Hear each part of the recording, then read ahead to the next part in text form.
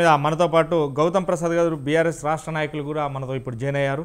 గౌతమ్ ప్రసాద్ గారు, మనం చూస్తున్నాం ఏదైతే సీఎం రమేష్ చేసినటువంటి వ్యాఖ్యలు మొత్తం మీద బీఆర్ఎస్ పార్టీని విలీనం బీజేపీలో చేయడానికి నా ఇంటికి చాలాసార్లు కేటీఆర్ వచ్చారు. ఎందుకంటే ఇటు ఈడీ దాడులు ఆపాలే, ఖచ్చితంగా ఆపితే కనుక మా పార్టీని విలీనం చేస్తామని చెప్పారు. కానీ ఇప్పుడు కావాలని నా మీద మాటలు చెప్తున్నాను. మా ఇంటికి వచ్చిన మాటలు కరెక్ట్ కాదా, నా ఇంటికి వచ్చింది నేను కాదా, కావాలంటే సీసీ ఫుటేజ్లో చీపి బయట పెడతాను కావాలంటే అని చెప్తున్నాను. ఇదే మాట మీద స్పందిస్తూ కూడా అదే కేంద్ర మంత్రి బండి సంజయ్ కూడా నేను చేసినటువంటి వ్యాఖ్యలు ఖచ్చితంగా బీఆర్ఎస్ను విలీనం చేయడానికే, బీజేపీలో విలీనం చేయడానికి కంకణం కట్టుకున్నారు. అదేవిధంగా కూడా చాలా చేశారని కూడా అతను మాట్లాడు. టైం నువ్వు చెప్పిన మంచి డే టు టైం ఎవరైనా నేను ఆల్రెడీ సీఎం రమేష్ని తీసుకొని ఖచ్చితంగా వస్తానని అంటే వాస్తవానికి బీఆర్ఎస్ పార్టీని విలీనం చేయడానికే, బీజేపీలో విలీనం చేయడానికే పూనుకున్నారా? ఎందుకని ఇలాంటి ఆరోపణలు వస్తున్నాయి? ఎందుకని కవిత మీద చేసినటువంటి వ్యాఖ్యలకు కావచ్చు, లేకుంటే కవితను కావచ్చు పక్కకు పెట్టారు అనే మాటలు వచ్చాయి. ఇదివరకు కూడా బీఆర్ఎస్ పార్టీలో సభ్యత నమోదు కావచ్చు, లేదంటే కమిటీలు కావచ్చు వేయకపోవడానికి కారణం ఇదేనా అనేది ఇప్పుడు చర్చా వేదిక. సార్ అందరికీ నమస్కారం. సార్ నాకు ఒక చిన్న డౌట్ క్లారిఫై చేస్తారా? సీఎం రమేష్ గారు కేంద్రంలో ఏమన్నా మంత్రి ఉన్నారా? మంత్రి పదవి ఏమన్నా ఉందా? నాకు తెలియదు, అందుకడు ఏదైనా క్లారిఫై చేస్తారా? ఎవరైనా ఆన్లైన్లో ఉన్న వాళ్ళకి సీఎం రమేష్ ఏమన్నా కేంద్ర మంత్రి పదవిలో ఏమైనా ఉన్నాడా? బీజేపీ వాళ్ళు ఉన్నారు. నేను చెప్పాలి నా దానికి ఆన్సర్ ఒక మాటలో. ఈయన సీఎం రమేష్ ఆయన మాట్లాడినప్పుడు ఒక విషయం కూడా బహిర్గతం చేశాడు. సిరిసిల్లాలో నీ టికెట్ నేను ఇప్పించిన అని గుర్తు చేసిండు. అప్పుడేమన్నా ఆయన మంత్రి అక్క అవి కాదక్క, నేను అన్నది, నేను అడిగింది ఒకటి, మీరు చెప్తున్నది ఒకటి. సీఎం రమేష్ సెంట్రల్ లో ఏమన్నా మంత్రి పదవి ఏమన్నా ఉందా అని అడిగిన, అంతే, వేరేది ఏం అడగనట్టున్నాడు కదా. ఎంపీ ఉన్నట్టున్నాడు. ఎంపీ ఉన్నాడు. నేను ఏమంటున్నాను అంటే సార్, సీఎం రమేష్ ఏంటి సార్, ఆయన ఒక ఎంపీ. ఆయన ఏమన్నా బీజేపీ తెలుసుకోకుండా డిబేట్కి వస్తున్నారు? కాదు సార్, నాకు తెలుసు సార్. ఆన్లైన్లో ఉన్న వాళ్ళు కొద్దిగా ఎక్స్టెన్షన్ అయి మాట్లాడుతున్నారు కాబట్టి దానికోసం నేను అడిగిన, అంతే తప్పితే నాకు తెలియక అని కాదు. తెలియకుండా ఇక్కడికి రాలేదు. దయచేసి మీ పేరేంటో నాకు తెలియదు, కానీ తెలుసు నాకు. ఆయన ఒక మంత్రి కాదు, ఆయనకు ఒక హోదా లేదు, ఆ పార్టీలో ఉన్న హోదా కూడా ఏం లేదు. ఆయన టీడీపీలో ఉండి అక్రమాలు చేసి అక్రమ దందాలు చేస్తే ఈడీకి భయపడి చంద్రబాబు నాయుడు గారి సలహా మేరకు పారిపోయి బీజేపీలో ఆత్మరక్షణ కోసం తలదాచుకున్న ఒక వ్యక్తి. ఆ వ్యక్తి దగ్గరికి పోయి మా కేటీఆర్ గారు, అయ్యా మేము బీఆర్ఎస్లో మీ పార్టీలో కలుపుతాము, ఆయన ఒక పార్టీలో ఒక పదవి ఉందా, ఆయనకు ఒక కీలకమైన వ్యక్తి, అంతకంటే పెద్దవాళ్ళు తెలుసు కదా మాకు. అమిత్ షా గారు తెలియదా? మాకు మోడీ గారు తెలియదా? లేకపోతే నడ్డా గారు తెలియదా? లేకపోతే ఇంకో రాజ్నాథ్ సింగ్ తెలియదా? మాకు కరుడు కట్టిన ఆర్ఎస్ఎస్ బ్యాక్గ్రౌండ్ ఉన్న వాళ్ళే తెలుసు కదా. ఈ కోన్కిస్క గొట్టమేంది మాకు? ఆయన దగ్గరికి పోవాల్సిన అవసరం మాకేంటి? ఏ లెక్క ప్రకారం పోతాం? ఏ బేస్తోని పోతాం? అక్కడ కలిసినప్పుడు, ఎంపీలుగా ఉన్నప్పుడు, ప్రయాణాలలో కలిసినప్పుడు మా ఇంటికి రండి పోదామని చెప్పేసి అనుకుంటే పోతే పోయిండు. చాలామంది వాళ్ళ ఇంట్లోకి వెళ్తుంటారు, మాట్లాడుతుంటారు, కలుస్తూ ఉంటారు. దాన్ని బేస్ చేసుకొని పార్టీని కలపడానికి వచ్చాడు. పార్టీని కలపడానికి నీ దగ్గరికి ఎందుకు వస్తారో చెప్పండి. సీఎం రమేష్ గారికి దగ్గరికి ఎందుకు వస్తారు? ఏ కారణం చేత వస్తారు?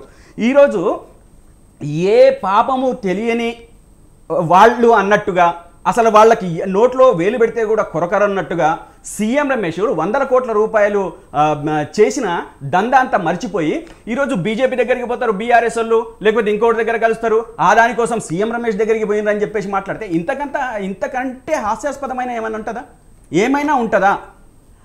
మనం ఆలోచించాల్సింది ఏంటంటే, మా కేసీఆర్ గారికి, మా కేటీఆర్ గారికి, మా హరీష్ రావు గారికి, మాకు నడ్డా ఎవరో తెలియకపోతే, మోడీ గారి ఎవరో తెలియకపోతే, అదేవిధంగా లేకపోతే రాజ్నాథ్ సింగ్ గారు ఎవరన్నా తెలియకపోతే, అమిత్ షా గారు తెలియకపోతే మేము పోయి ఆ సీఎం రమేష్ గారితో మాట్లాడినామంటే చాలామంది చాలా అనుకోవచ్చు, అది వేరే విషయం. కానీ ఆలు లేదు చూలు లేదు, కొడుకు పేరు సోమలింగం అని చెప్పినట్టుగా ఇష్టం వచ్చినట్టు మాట్లాడితే దానికి ఏమన్నా ఏది క్రెడిబిలిటీ ఉండదు. మీరు ఒక్కసారి ఆలోచించండి. ఎవరు మాట్లాడినా, ఏ బయట వాళ్ళు మాట్లాడినా లేకపోతే ఇంకొకళ్ళు మాట్లాడినా, ఇక్కడ ఏదైనా ఆ అంశానికి సరితూగేటట్లు ఉందా? అసలు ఇక్కడ వివాదం ఎక్కడ? మేమేమన్నాం? మా కేటీఆర్ గారు ఏమన్నారు? 1600 కోట్ల రూపాయల కాంట్రాక్టు సీఎం రమేష్ గారికి ఇచ్చారు.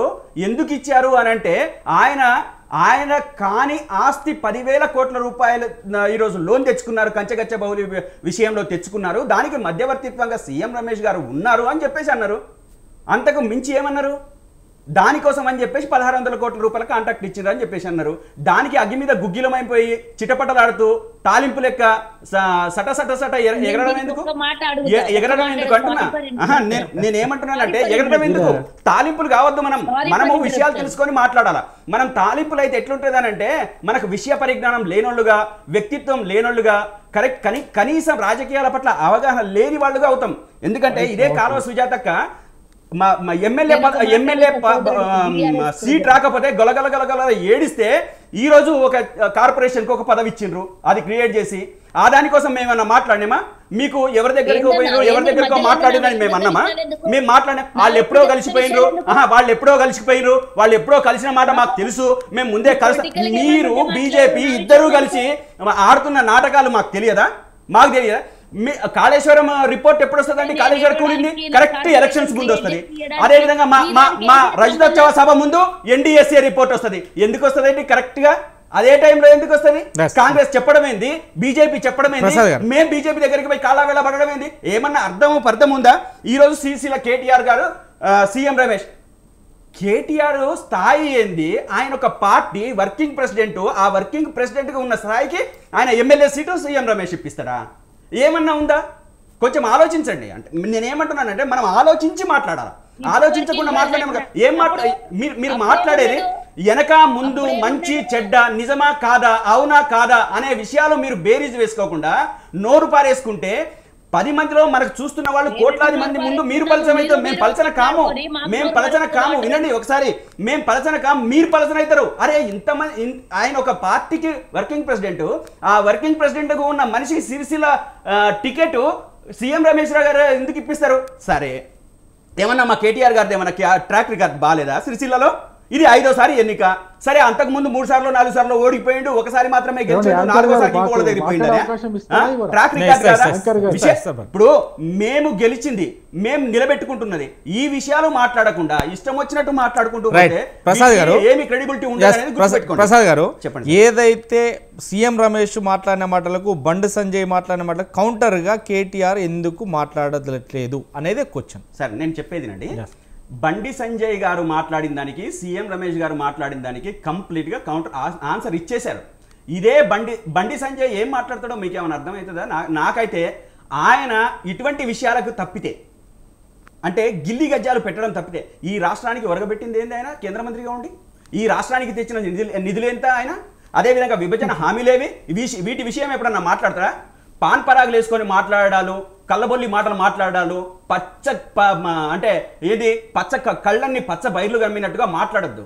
ఈ రాష్ట్రం ఏర్పడ్డ తర్వాత బీజేపీ పోషించిన పాత్ర ఏంది? విభజన హామీలు ఉన్నాయి, విభజన హామీలు ఏ ఒక్కటన్నా చేసిరా? మన బయ్యారం ఉక్కు పరిశ్రమ ఏమైంది? ఉక్కు పరిశ్రమ ఏమైంది? ఇది విభజన హామీలలో చట్టపరంగా కేంద్రం రూపొందించిన చట్టాలలో ఉన్నది.